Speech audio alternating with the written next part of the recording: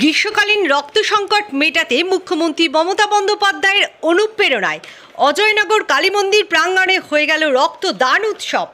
পৌর প্রতিনিধি 21 নম্বর ওয়ার্ড দক্ষিণ দমদম অঞ্জনা রক্ষীদের উদ্যোগে মোট 125 জন রক্তদাতা এই দিন রক্তদান করলেন। অনুষ্ঠানে প্রধান অতিথি হিসেবে উপস্থিত ছিলেন দমদম লোকসভা কেন্দ্রের সাংসদ সৌগত রায়, রাজারহাট গোপালপুর কেন্দ্রের বিধায়ক অদিতি মুন্সি, বিধান পুর নিগমের মেয়র পরিষদ দেবরাজ চক্রবর্তী, এছাড়াও দক্ষিণ দমদমের সমস্ত পৌর প্রতিনিধিগণ।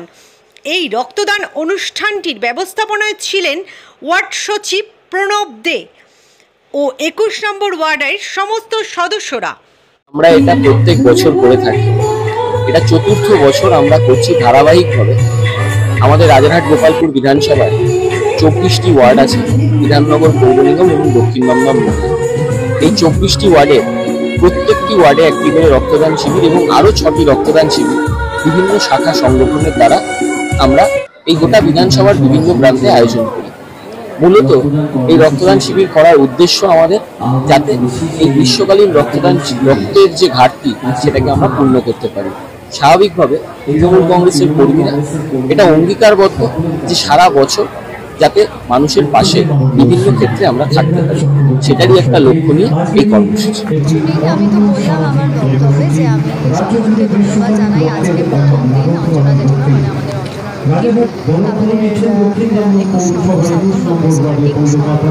মানে আমাদের তার উদ্যোগে আজকে প্রথম রক্তদান শিবির আমাদের 1 মাস ব্যাপী সেটা আয়োজন করা হয়েছে এবং বিগত 4 বছর ধরেই আমরা এই রক্তদান শিবির করে আসছি। আমাদের এটা আনন্দের বিষয় যে আমি যেরকম বললাম যে সমাজের প্রত্যেকে এগিয়ে না আসলে এত বড় কর্মযজ্ঞ করা সম্ভব হয় না। আমরা উপলক্ষ মাত্র বাকি সবাই এগিয়ে এসে খুব আন্তরিকতার সাথে যতই গরম হোক, বৃষ্টি হোক, অসুবিধা হোক, কষ্ট হোক, তারা তাদের দায়িত্ব থেকে পিছু হতে পারে। এটাই তাদের কৃতজ্ঞতার শেষ নেই। তাদেরকে আমি বারবার ধন্যবাদ জানাই যে তারা সমস্ত সমস্ত বাধা বিপত্তিকে অতিক্রম করে আমরা দেখেছি যে এই সময় প্রচণ্ড গরম হয়, ঝড় বৃষ্টি হয়, তার মধ্যেও কখনো আমাদের ব্লাড ডোনেশন আমাদের আজ অব্দি এরকম হয়নি যে আমাদের দিতে হয়েছে বা ক্যান্সেল করতে হয়েছে। তারা এত স্বাভাবিকভাবে তারা অংশগ্রহণ করে।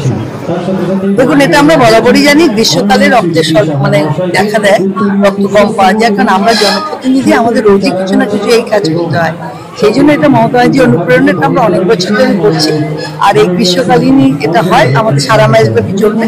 রাজারহাট গোপালপুর আমাদের যতগুলো ওয়ার্ড আছে প্রত্যেকটা ওয়ার্ডই হবে। আজকে থেকে শুরু, প্রথমটা আমি দিয়ে স্টার্ট করলাম আর 30 তারিখ পর্যন্ত চলবে।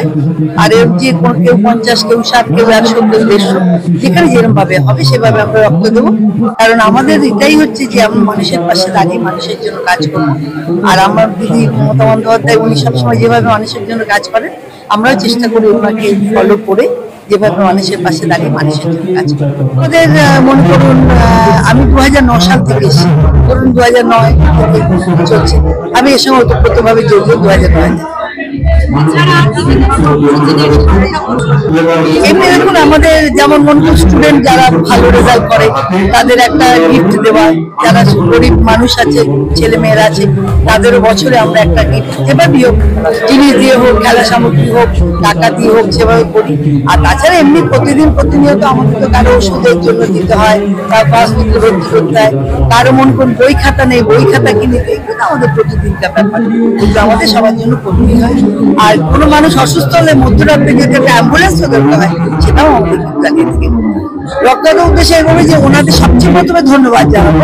কারণ রক্তদাতা রক্ত না দিলে কিন্তু রক্তদান উৎসব কোনোদিনে সফল হয় না। আর রক্ত কিন্তু কখনো তৈরি করা যায় না, ওটা মানুষের শরীরেই উপরওয়ালার নির্দেশেই যেমন তৈরি করেছে, রক্তটা সেভাবেই আসে। আর সেই একটা রক্ত, সেই রক্তটা মানুষের প্রয়োজন। সেই রক্তটা তারা মনের দিক থেকে যে আমার রক্ত দিয়ে একটা রোগী ভালো, এই যে মানসিকতা, তাই জন্য আমি তাকে ধন্যবাদ জানাবো। এবং প্রতি বছর যেন তারা সুস্থ সবল থাকে, এভাবে রক্ত দিয়ে মানুষের পাশে থাকে।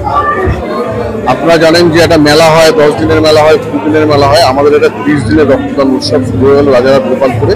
30টা রক্তদান 30 দিনে হবে 24টা ওয়ার্ডে, এবং আমাদের মাদার সংগঠন, মহিলা সংগঠনের আরও 4টে করে মোট 30টা রক্তদান শুরু হবে। আজকে মূলত শুরু হলো। আমি বিশেষ করে প্রণবদে এবং অঞ্জনা রক্ষিতকে ধন্যবাদ জানাবো যে আজকে আপনারা জানেন জামাই ষষ্ঠী, তার সেটাকে উপেক্ষা করেও যে এত মানুষ এখানে রক্তদান করতে পারে, এটা আমি সত্যি অবাক হয়ে গেছি দেখে। আমি তাদের দুজনকে ধন্যবাদ জানাবো। এবং অদিতি বংশীর যে মস্তিষ্ক প্রসূতির যে উৎসব, যে আমার মনে হয় না সারা ভারতবর্ষে কোথাও হয় যে সারা মাস ধরে রক্তদান ছিল, এটা তাকেও ধন্যবাদ জানাবো। এবং আমাদের নেতা দেবরাজ চক্রবর্তীকে, যার তত্ত্বাবধানে মূলত আমরা এই কাজটা করে থাকি, তাকেও ধন্যবাদ জানাই। আর বিশেষ করে আপনাদের মাধ্যমে যারা রক্ত দিচ্ছেন তাদেরকে ধন্যবাদ জানাই।